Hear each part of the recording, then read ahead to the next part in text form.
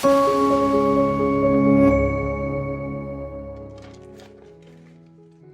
day. My name is Dries van Koller, and I'm the father of Ruben. Ruben is a disabled, autistic, non-verbal young individual that has brought a lot of joy to our lives. Even though these handicaps prevail, he has taught us an immense amount of what true love, unconditional love, no pretenses, being genuine, forthright. There is no deviousness, and everything that comes from him is 100% pure. But with this also comes some severe challenges. And being the parent of a child like this comes at great cost, not only financially, but also emotionally and physically. Ruben, being autistic, is stuck in his routines and does not like change and cannot accommodate change very easily. He's got to be introduced into it slowly. We cannot go to a restaurant, to church, to visit friends, the basic normal actions we would do in a normal society on a daily basis. This just does not work for Ruben. We need to travel the same route home, otherwise it doesn't meet his standard. He then goes into a state which we call a meltdown. Now, what does a meltdown entail? A meltdown can be two facets, either fight or flight. Ruben's situation is he fights. And this results in him grabbing the first situation or first object that is closest to him, be it myself, his mother, an object, and he expresses his frustration by biting, kicking, hitting, anything possible to try and get out of the situation and try and get back to his normal routine. This has resulted in numerous injuries of myself and of my wife. Fortunately, we understand and we know that it is not intentional, but also there comes a point in time where we need to realize that we need to do what's best for Ruben and others like him. In South Africa, it's extremely difficult, and we have private and public healthcare systems. However, these facilities do not all meet the same standard. Ruben turns 20 this year, and we have looked at a lot of facilities where we could try and place him. Not one of these facilities was prepared to facilitate or even consider taking Ruben due to his behavioral issues and the meltdowns that he has. Because of resourcing, Ruben requires one-on-one assistance as such. He needs an individual to be with him full time. He also battles to eat. We need to feed him as he chokes very easily. But he cannot be left alone for one moment. So the normal systems where there are multiple children in a classroom or in an environment together just does not work for him. And none of the facilities that we visited could entertain and help us. We were advised to put him into a state facility by a psychiatrist. This was extremely disheartening, and we felt that this didn't only fail us as parents, it failed our children and all those others like Ruben with no hope. This was just a death sentence waiting to happen. We've seen what has happened in these centers in South Africa, where medical facilities for the disabled have been changed or patients moved to other facilities. We had the Esodoneni incident where in excess of 100 people died because of unskilled people working with them and trying to treat them and to facilitate their special needs. This resulted us with no other option, with my back to the wall, realizing that the only thing that we can do is that we can fight for the future of our son Ruben and those like him. We then decided that we will set up a facility.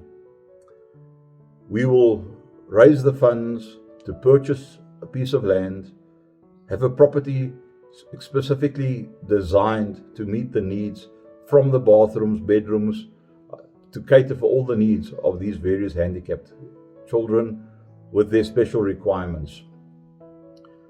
I went through the process and set up a legal entity, a trust, which we called Deo Volente.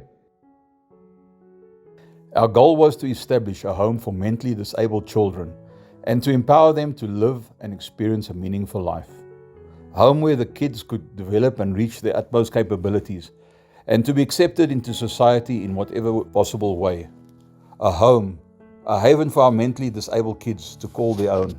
A kuierplek, a learning place where they could flourish without restrictions. In 2008, Kuier Kids Learning Center was established by a group of concerned parents. Initially, there was only 3 disabled children, but as time passed, Kuier Kids grew into a much-needed center in the community, and today we host 25 children and adults at the center. This center is a registered non-profit organization. We soon noticed the need arising for a larger premises for the kids and also a permanent residence for adult learners, 18 years and older. This led to the establishment of the Deo Volente Trust.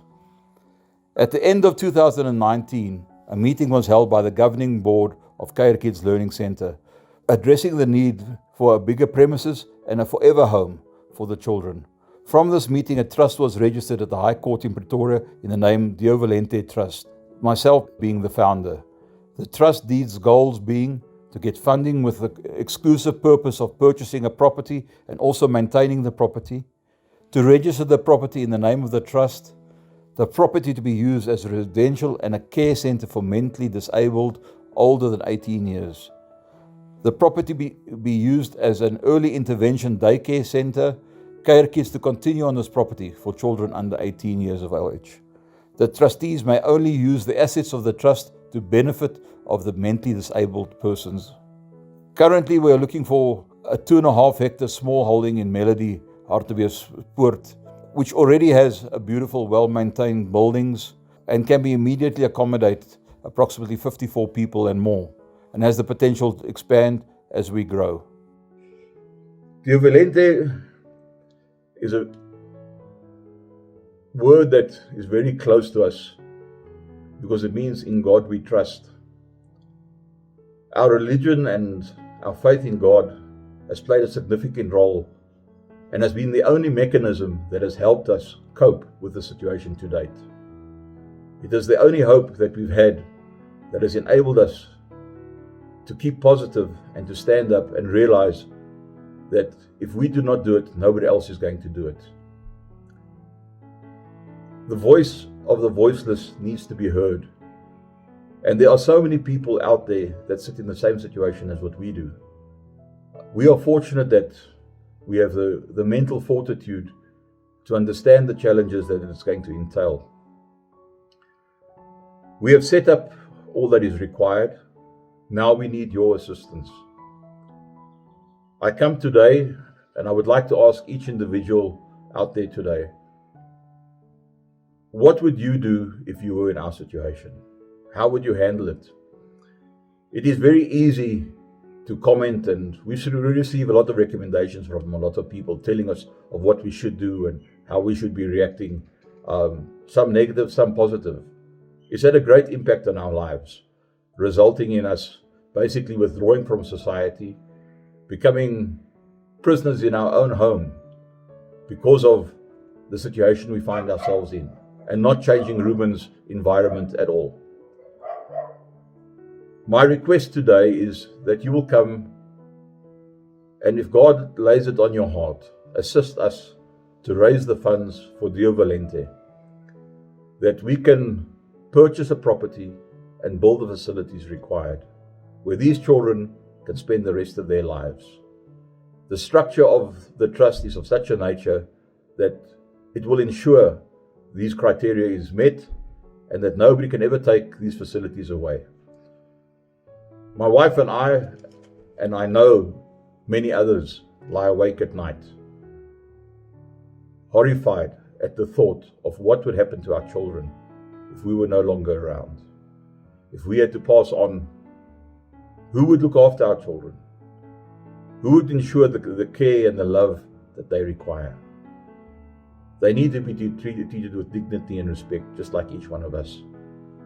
And I find it extremely disheartening when I see what is going on in our society, where people don't understand and have not been educated sufficiently in the requirements of disabled individuals, autism specifically. And these facilities are normally stuck away in some back garden and some back neighborhood, as if society is ashamed of these children and these individuals. But they have a right just like you and I have.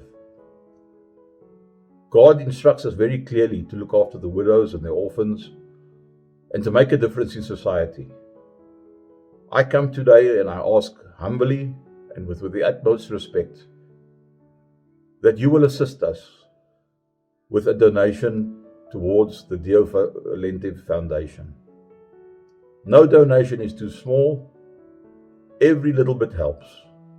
We've seen that each individual that contributes at the end of the day will realize the joy and the facility that they create, that they participated and made a difference in the lives of so many. I want to come and thank you and ask you to really put all the thought and emotion as we find ourselves in. How would you be able to handle it? This is not something that we ask for, and it's not something that the children ask for. However, the reality, it is what it is, and we have to make a plan to ensure their livelihoods and their lives are looked after till their passing. This is a great responsibility that rests on our shoulders. We are all getting older and no longer able to handle a lot of these children. So I therefore come to you this afternoon and I ask, please, humbly before you, I'm pleading, assist us to make this project a success. I know God has ordained a lot of individuals that have got exceptional power and influence over a lot of communities that can assist us and make this project work. It is not impossible. Nothing is impossible for God. So in closing, please assist us here in establishing Deo Volente as a recognized facility that treats and supplies long-term housing facilities and training facilities for mentally disabled children and adults. Thank you very much for taking the time to listen to me. This is a very emotional situation, and it's not easy to keep a straight face. I may appear calm and controlled, but this is very close to my heart. I come and I beg your indulgence and your support. Thank you very much.